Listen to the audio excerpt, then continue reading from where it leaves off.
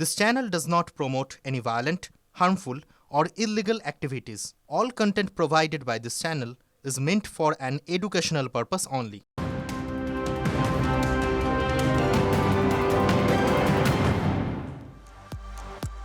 নমস্কার, দেখছেন টিভি9 বাংলা। বেঙ্গল ব্রেকিং নিয়ে আপনাদের সঙ্গে আমি অনির্বাণ, আর আমার সঙ্গে আমি শর্মিষ্ঠা রয়েছি।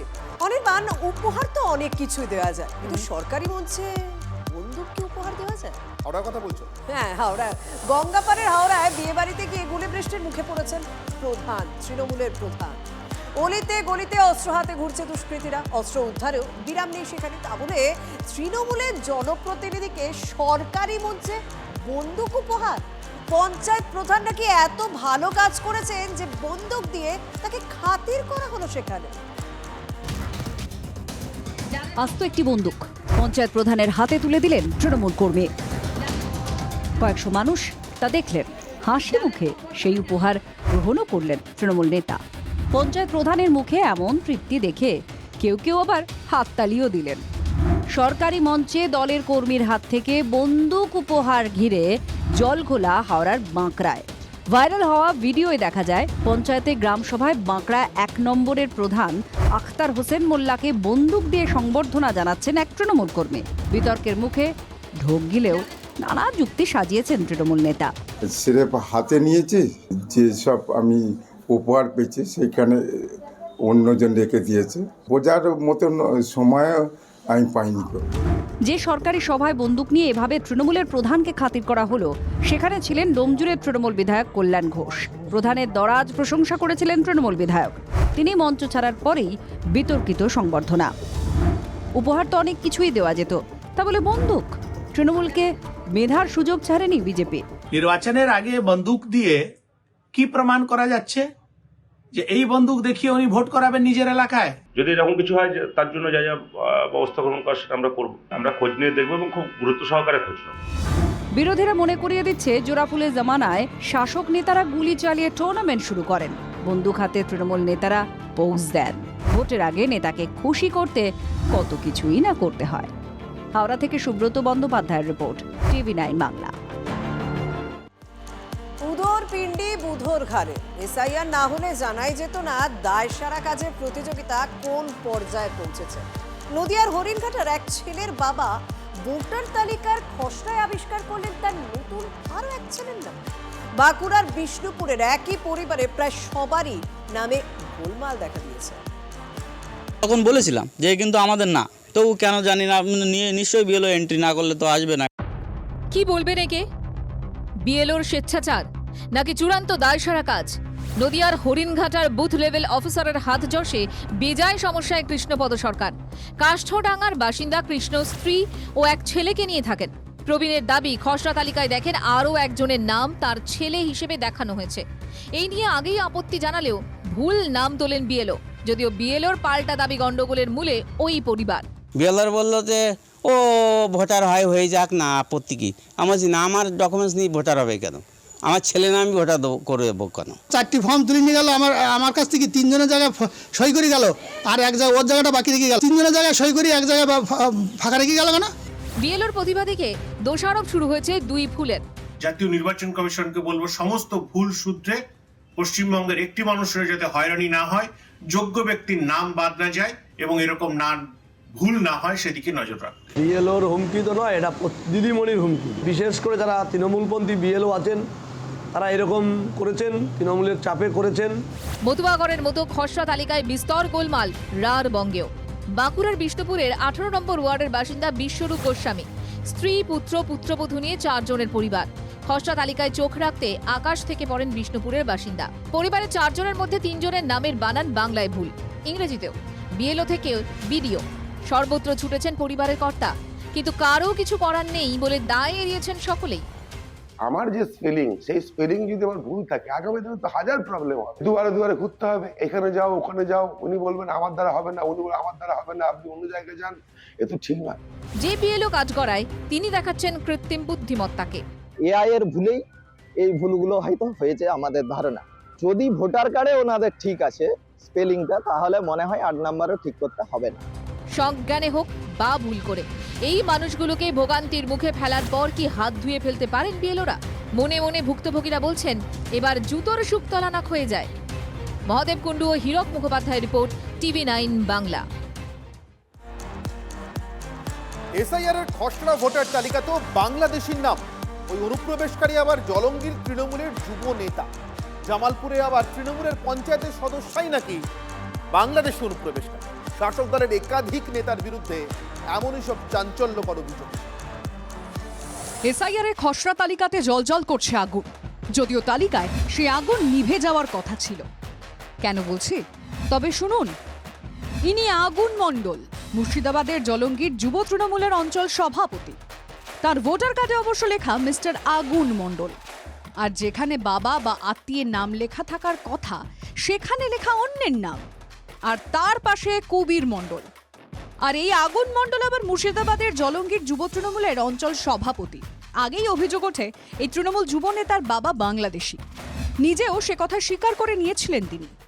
যখন আমি ফর্মটা ফিল আপ করি তখন আমি সঠিকই ফর্মটা ফিল আপ করেছিলাম, হয়তো তাদের কোনো মিস্টেক হয়েছে সেই জন্য ওখানে অন্যান্য হয়েছে। মার বিয়ে হয়েছিল বাংলাদেশে, আমি জন্মসূত্রে এখানে জন্মগ্রহণ করেছি। উনি কি আপনার বাবা? হ্যাঁ, উনি আমার বাবা। উনি কোথায় থাকে? উনি বাংলাদেশে। তারপরও এসআইআর এর খসড়া তালিকায় জ্বলজ্বল করছে আগুনের নাম। এসআইআর এর নামে একটা প্রহসন চলছে, মানুষকে অযথা আতঙ্কে ঢোকানো হচ্ছে। আর না হলে বড় বড় ফাঁক রয়েছে এই এসআইআর এর পদ্ধতির মধ্যে, যেটা কংগ্রেস বলতে চাইছে। অনুপ্রবেশকারী কোথায়? এখানে যে লিস্ট দেওয়া হয়েছে সেই লিস্টে কোথাও নাম আছে এই জলঙ্গির এই তৃণমূলের যুব নেতার? জলঙ্গির 242 নম্বর বুথের বিএলও অবশ্য আজব যুক্তি দিয়েছেন। বিষয়টা আমি আমার সুপারভাইজারকে জানিয়েছিলাম যে এরকম ব্যাপার, এবং অচেনা না, ও আমার বাড়ি থেকে 4-5টা বাড়ি পরে। হ্যাঁ, ওর বাবা মার নাম নেই, ওর দাদু দিদার নাম আছে, ওর জন্ম এখানে, বড় হয়েছে এখানে, কিন্তু ওর বাবা বাংলাদেশি। এটা হচ্ছে ব্যাপার। আমার চোখে মনে হয়েছে ও ভারতীয়, কারণ ওর জন্ম ভারতে, বড় হয়েছে ভারতে, পড়াশোনা ভারতে। এবার যদি আমাকে বিডি অফিস থেকে বা ইলেকশন কমিশনের কেউ যদি আমাকে বলে বাদ দিতে হবে, আমি অবশ্যই বাদ দিব। বিএলও বলছেন তৃণমূলের যুব নেতার বাবা বাংলাদেশি হলেও আগুনকে নাকি তার ভারতীয় বলেই মনে হয়েছে। যা শুনে কেউ কেউ বলছেন এসআইআর এর কাজে এরকম বিএলও থাকলে তাদের বদান্যতায় তো যে কোনো বাংলাদেশি ভোটার তালিকায় নাম তুলে ফেলবে। এসআইআর এর ছাঁকনির কাজ হওয়ার কথা, কিন্তু সেই ছাঁকনিতেই বড় সড় ফুটো। এদিকে তৃণমূলের পঞ্চায়েত সদস্যের বিরুদ্ধেই অনুপ্রবেশের অভিযোগ। শুধু তাই নয়, তার এসসি সার্টিফিকেটও নাকি জাল। শুনতে তাজ্জব লাগলেও এই অভিযোগই উঠেছে পূর্ব বর্ধমানের জামালপুরে। এ নিয়ে ব্লক ও জেলার নির্বাচনী আধিকারিককে অভিযোগ জানিয়েছে বিজেপি। গেরুয়া শিবিরের অভিযোগ, রূপালী বিশ্বাসের মা ও অন্য ব্যক্তিকে নিজের আত্মীয় দেখিয়ে ভোটার তালিকায় নাম তুলেছেন। এই কদিন আগে বাংলাদেশ থেকে এসেছেন, যার কোনো পিতা মাতা কিছু নেই। রূপালী বিশ্বাসের স্বামী তারক বিশ্বাস, তার পিতা তারক বিশ্বাসের পিতা হচ্ছে অনিল বিশ্বাস। সে অনিল বিশ্বাসকে ধার করিয়ে রাজনীতি পপ ঘাটিয়ে রূপালী বিশ্বাস কি করেছে, তারই প্রতিবেশী গোপীনাথ বিশ্বাসকে সে বাবাকে অনিল বিশ্বাসকে ধার দিয়েছে। এর নেপথ্যে চক্রান্ত দেখছে তৃণমূল। একদিকে যখন শুভেন্দু অধিকারী হিন্দুদেরকে ভারতীয় নাগরিকত্ব দেওয়ার কথা বলছে, অন্যদিকে তাদের দলের নেতাদেরকেই দেখছি যে যারা বাংলাদেশি অনুপ্রবেশকারী বলে তারা তকমা লাগাবার চেষ্টা করছে, আর তারা বাংলাদেশিকে হিন্দু মুসলমান তো দূরের কথা, হিন্দুদেরকে তাড়াবার চেষ্টা করছে। ব্লক প্রশাসন সূত্রে খবর, এ নিয়ে বিডিও বিষয়টি তদন্ত করে দেখে রিপোর্ট জমা দেওয়ার জন্য 142 নম্বর বুথের বিএলওকে নির্দেশ দিয়েছেন। কৌশিক ঘোষ ও মনতোষ পোদ্দারের রিপোর্ট, TV9 বাংলা। সারা রাজ্যে বৈধ ভোটারদের কাছে এসআইআর মানে ভোটার তালিকায় নিজের নামটা রেখে দেওয়া আর দেখে নেওয়ার একটা চ্যালেঞ্জ। মতুয়াদের কাছে একই সঙ্গে যেন নাগরিকত্বের চ্যালেঞ্জ। 20 ডিসেম্বর রানাঘাটে আসছেন প্রধানমন্ত্রী। নাগরিকত্ব নিয়ে তিনি কোনো বার্তা দেন কিনা এখন সেদিকেই তাকিয়ে রয়েছেন মতুয়া। আমাদের জন্য কি কেউ নেই ঠাকুর, আমাদের জন্য কাউকে পাঠায়নি? ভোট টানতে মোক্ষম টোপ নাগরিকত্ব, বছর বছর ধরে দেওয়া প্রতিশ্রুতি সার। কেন্দ্র রাজ্য শাসক বিরোধী, কে কার, কে ভরসার? এসআইআর পর্বে লক্ষ লক্ষ নাম বাদ পড়ার পরে এই প্রশ্নগুলোই ঘুরপাক খাচ্ছে মতুয়া মহলে। আমরা বিজেপিকেও সাপোর্ট করব না, আমরা তৃণমূলকেও সাপোর্ট করবো না, কংগ্রেসকেও না, সিপিএম করবো না। আমাদের সব একতাবদ্ধ হয়ে এক ঝান্ডার তলায় আসতে হবে। যারা যে পার্টি করুক না কেন, সবার কাছে আমার আবেদন যে আমার এই জাতির জন্য কিছু করুক। মতুয়া গড়ে, বনগাঁ লোকসভা, নদিয়া, এই সমস্ত জায়গাতে লক্ষ্য করা যাচ্ছে বেশিরভাগ মানুষ আনব্যাপ্ট হয়ে রয়েছেন। এখন এই মতুয়ারা সব থেকে বেশি সংশয়ে পড়েছেন। বিজেপি তার নিজস্ব যে পলিসি সেখান থেকে তারা সরছেন না। সিপিএম তার পলিসি থেকে ছুটছে না, তৃণমূলও তার সে পলিসি থেকে ছুটছে না। আলটিমেট তাদের নিজ নিজ ক্ষেত্রকে বাঁচিয়ে রাখার জন্য বলি প্রদত্ত হচ্ছে এই মতুয়া সম্প্রদায়ের মানুষ। 2014 পর থেকে মতুয়াদের নাগরিকত্বের বিষয়টি আবর্তিত হচ্ছে বঙ্গ রাজনীতিতে। কেন্দ্রের শাসক দল বিজেপির শীর্ষ নেতারা মতুয়াদের নাগরিকত্ব দেওয়ার দরাজ প্রতিশ্রুতি দিয়েছেন। माँ भारती पर आस्था रखने वाले हर परिवार को नागरिकता देना ये मोदी की गारंटी है। তৃণমূল বারবার বলে এসেছে মতুয়ারা নাগরিকই। আপনারা এখানকার নাগরিক, পুরোপুরি নাগরিক থাকবেন। এই টানাপোড়েনের মাঝে সংশোধিত নাগরিকত্ব আইন বলবৎ হয়েছে। ভোটার তালিকা পরিমার্জনের প্রক্রিয়াও চলছে, কিন্তু মতুয়াদের পরিস্থিতি সেই তিমিরেই। এই বিতর্কেই আড়াআড়ি ভাগ হয়ে গেছে মতুয়া ঠাকুরবাড়ি, সেটাও প্রভাব ফেলেছে মতুয়াদের মনে। ঠাকুরবাড়ি 3টে গ্রুপে বিভক্ত, একটা ছাতার তলায় আসতে পারছে না বলে আন্দোলনও জোরদার হচ্ছে না। সেন্ট্রাল গভর্নমেন্ট কিংবা রাজ্য সরকারের কাছ থেকে কোনো প্রতিশ্রুতি নেবে কিংবা কোনো দাবি দাবা জানাবে, সেক্ষেত্রেও দুর্বল। মতুয়াদের মধ্য থেকেই এখন স্লোগান উঠতে শুরু করেছে, নো বিজেপি, নো তৃণমূল, মতুয়াদেরকে একত্রিত হতে হবে। আজকে আধার কার্ডটা যদি এদের মাস্ট করা হতো এই লোকগুলো বেঁচে যেত, কিন্তু শান্তনু ঠাকুর তাদের কি বললো, রোহিঙ্গা আর মুসলমান বললো। রোহিঙ্গা মতুয়াদের, মুসলমান আর রোহিঙ্গাদের তো ভোট নিয়ে ওই তো আজকে মন্ত্রী হয়েছে না। আজকে কোথায় তার এরিয়া এত মতুয়া ভক্ত, তারা আজকে বাদ পড়েছে, সেই লোকগুলোরে শান্তনু ঠাকুর কি করে বাঁচাবে? 80 থেকে 90% এই যে নদিয়া এবং উত্তর 24 পরগনার এই যে বনগাঁ এই সাইডে, এখানে প্রচুর সংখ্যায় মতুয়া আছে। রক্ষা কবচ সেটা সিএ এর মধ্যে থেকে নাগরিকত্ব, স্বরাষ্ট্র দপ্তর থেকে ফাস্ট ট্র্যাক করে তাদের নাগরিকত্বটা দিয়ে দিই। মতুয়াগড়ে তৃণমূল বিজেপির রাজনৈতিক দৌড়ে বেড়েছে প্রতিযোগীর সংখ্যা। কংগ্রেস বিষয়টিকে দিল্লি পর্যন্ত নিয়ে যাওয়ার দাবি করছে। মতুয়া মহলে জনসংযোগে শান দিচ্ছে সিপিএমও। 2024 সালের লোকসভা নির্বাচনের আগে তো বলেছিল যে আমরা সব মতুয়াদের নাগরিকত্ব দেব। 10-12টা দেওয়ার পরে নির্বাচনের শেষ হয়ে গেল, নাগরিকত্ব দেওয়া বন্ধ হয়ে গেল। বিজেপির পক্ষ থেকে তাদের নেতা মন্ত্রীরা এইসব করে মানুষকে বিব্রত করছে। কিন্তু এই রাজনৈতিক দড়ি টানাটানিতে মতুয়াদের লাভের লাভ কি হচ্ছে? মতুয়াদের মনে এখন দুটো বড় প্রশ্ন। নাগরিকত্বের কি হবে? 26 নির্বাচনের আগে ভোটার তালিকায় নাম উঠবে তো? দীপঙ্কর দাসের রিপোর্ট, TV9 বাংলা।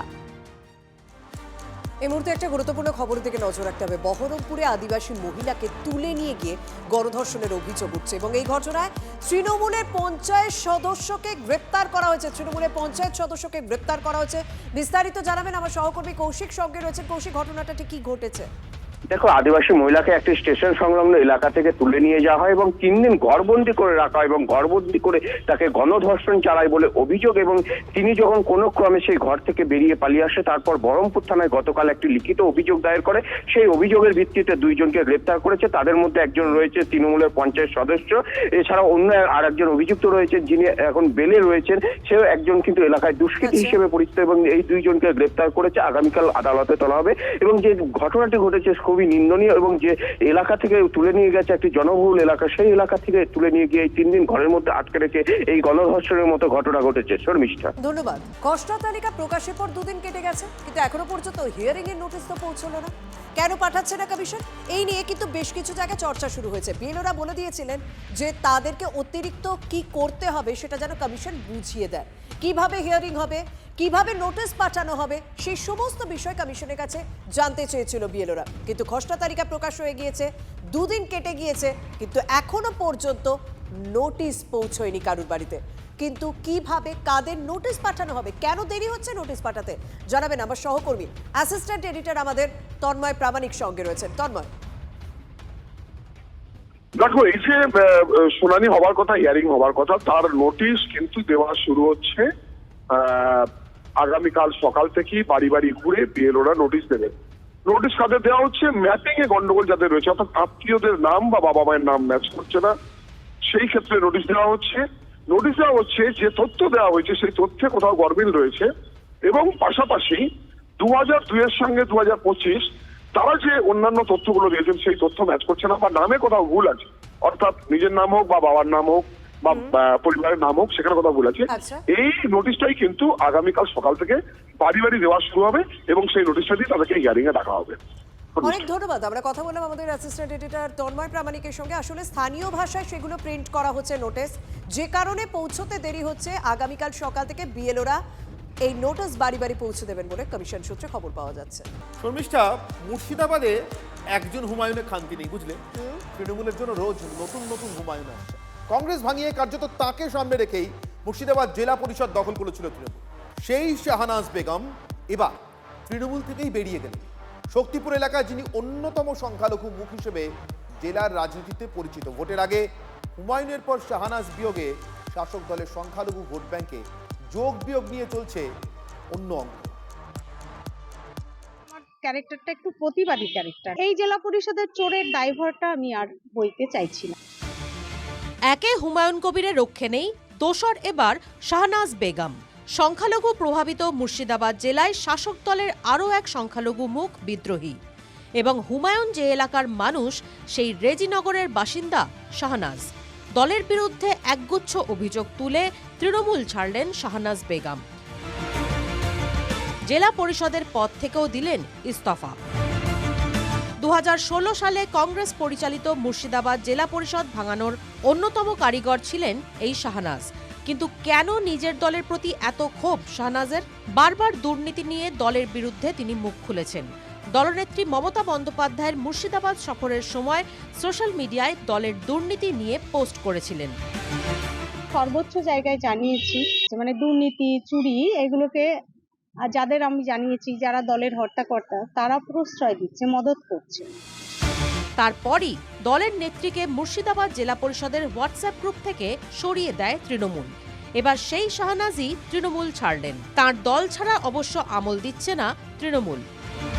বসে থাকবো না এটা নিশ্চিত, কিন্তু কোন দলে যোগ দেব এই সিদ্ধান্ত আমি নিইনি। তিনি বলছেন তার ব্যক্তিগত জায়গা থেকে, কারণ হচ্ছে যে তিনি বিগত দিনে দায়িত্বে ছিলেন, এই বডিতে ওনাকে দায়িত্ব দেওয়া হয়নি। 2013 থেকে টানা 3 বার জেলা পরিষদের ভোটে জিতেছেন শাহনাজ। 2016 থেকে 2018 পর্যন্ত মুর্শিদাবাদ জেলা পরিষদের সভাধিপতি ছিলেন। 2016 থেকে 2023 পর্যন্ত মহিলা তৃণমূলের ছিলেন জেলা সভানেত্রী। হুমায়ুনের পর আরও এক সংখ্যালঘু মুখ তৃণমূল নিয়ে মুখর। হাওয়া বুঝে কৌশলী অবস্থান বিজেপির। পদত্যাগ করার পর আর যাওয়ার জায়গা কোথায় আছে? আপনাদের সামনে সেই সুযোগ রয়েছে যে এখানে সম্পূর্ণ দুর্নীতিমুক্ত একটি সরকার তৈরি করে, যেটা হবে ডবল ইঞ্জিন সরকার। এখন দলের কণ্ঠাসা হয়ে পড়েছে। কণ্ঠাসা হওয়া মানে এই নয় যে একটা প্রতিবাদী চরিত্র হারিয়ে গেল। আমি বলবো এটা তার একটা সাধু পদক্ষেপের একটা পদক্ষেপ। তৃণমূল ছাড়ার পরই হুমায়ুন কবিরের ফোন আসে শাহনাজের কাছে। পুরনো নেতা হুমায়ুনের সঙ্গে এগোবেন, না পুরনো দল কংগ্রেস, নাকি নতুন বন্ধু খুঁজবেন? শাহনাজ না ভাঙলেও ভোটের আগে নবাবের জেলায় কিন্তু ভাঙন বাড়ছে তৃণমূলে। ঠেকানো যাবে কি? মুর্শিদাবাদ থেকে কৌশিক ঘোষের report, TV9 Bangla. Gulshan colony শহর কলকাতার বিতর্কের আর এক নাম যেন এই এলাকা। অনেকেই বলেন গুলশান এমন এক ধাঁধার নাম যার কোনো সমাধানই নেই। এসআইআরও পারল না এই ধাঁধার সমাধান করতে। কিরকম দেখুন।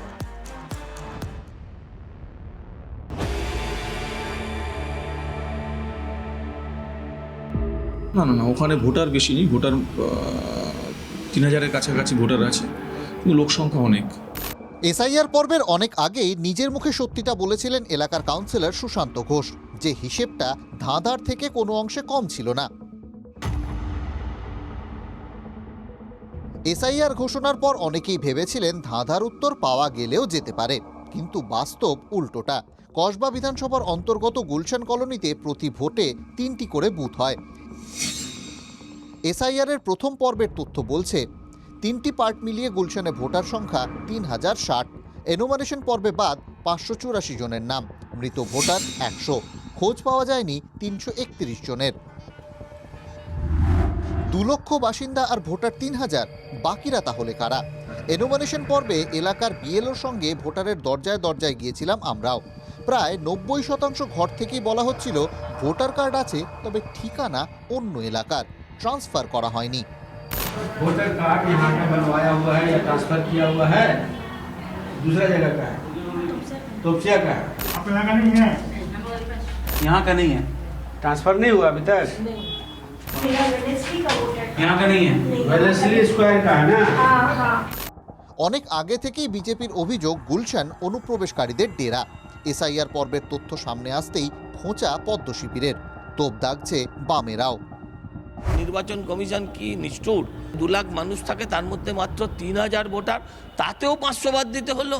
এগুলো ঠিক হয়নি, এগুলো খুব অন্যায়। সব তো নতুন নতুন বাড়ি, সব যে সদ্য আসা বাড়ি, ওপার থেকে এপাশে এসে বসবাস করছে, আর এদের দিয়ে তো ভোট কাজ হচ্ছে। তৃণমূলের পাল্টা খোঁচা, হারের আগে বাহানা খুঁজছে বিজেপি। এই রোহিঙ্গা, অনুপ্রবেশ, গুলশন কলোনি, বিজেপির হচ্ছে হারনে ওয়ালে কো হারনে কা বাহানা চাই। অবৈধ নির্মাণ, গুলি, এলাকা দখলের লড়াই, বছরের পর বছর ধরে গুলশান গোলক ধাঁধা। এসআইআরের প্রথম পর্বের পরও যে ধাঁধার উত্তর মিলল না। সায়ন্ত ভট্টাচার্যের রিপোর্ট, TV9 বাংলা। গতকাল মানে বুধবার সন্ধ্যায় ঘুনির বাংলাদেশি কলোনিতে আগুন লেগেছে। মধ্যরাতে আগুন নিয়ন্ত্রণে আনে দমকল। আজ এলাকায় পোড়া ছাই ছাড়া আর কিছুই নেই, কিন্তু রাজ্য রাজনীতিতে ঘুনির আগুন কিন্তু নেভেনি, বরং আগুনের আঁচ আরো উস্কে দিয়েছে। বিতর্ক একটা, দুর্ঘটনা নাকি চক্রান্ত। এসআইআর পর্ব শুরু হতেই নিউটাউনের ঘুনি বস্তি খবরের হেডলাইনে উঠে আসে। অভিযোগ, বাংলাদেশি অনুপ্রবেশকারীরা স্যারের ভয়ে ঝুপড়ি ছেড়ে পালাচ্ছে। আমাদের ক্যামেরাতেও ধরা পড়ে পরপর ফাঁকা ঝুপড়ির ছবি। এসআইআর পর্ব মধ্য গগনে পৌঁছতেই এবার নতুন বিতর্ক ঘুনির বাংলাদেশি বস্তি ঘিরে। বুধবার সন্ধ্যের পর আগুনের গ্রাসে গোটা বস্তি। আগুন নেভাতে হিমশিম খেতে হয় দমকলকে। প্রায় 500 থেকে 700টি ঝুপড়ি পুড়ে ছাই হয়ে গিয়েছে, কিচ্ছু নেই। ঘুনি বস্তির আগুন বিতর্কের পালে জোর হাওয়া তুলেছে। এলাকায় কান পাতলেই নাকি শোনা যাচ্ছে বস্তির একটা বড় অংশই ফাঁকা ছিল, কারণ এসআইআর শুরু হতেই বস্তির অধিকাংশ মানুষ এলাকা ছেড়েছেন। সম্ভাবনা বাংলাদেশে ফিরে যাওয়ার। যারা ছিলেন পোড়াবাড়ির আশপাশে ঘুরে কাগজ খুঁজে বেড়াচ্ছেন বাসিন্দারা। শুনানিতে ডাক পড়লে দেখাবেন কি? 300-400 বাড়ি ছিল, তো সব তো পুড়ে ছাই হয়ে গেছে, সব ডকুমেন্ট তো সব পুড়ে গেছে, সব পুড়ে গেছে। এটা কি হবে এবার?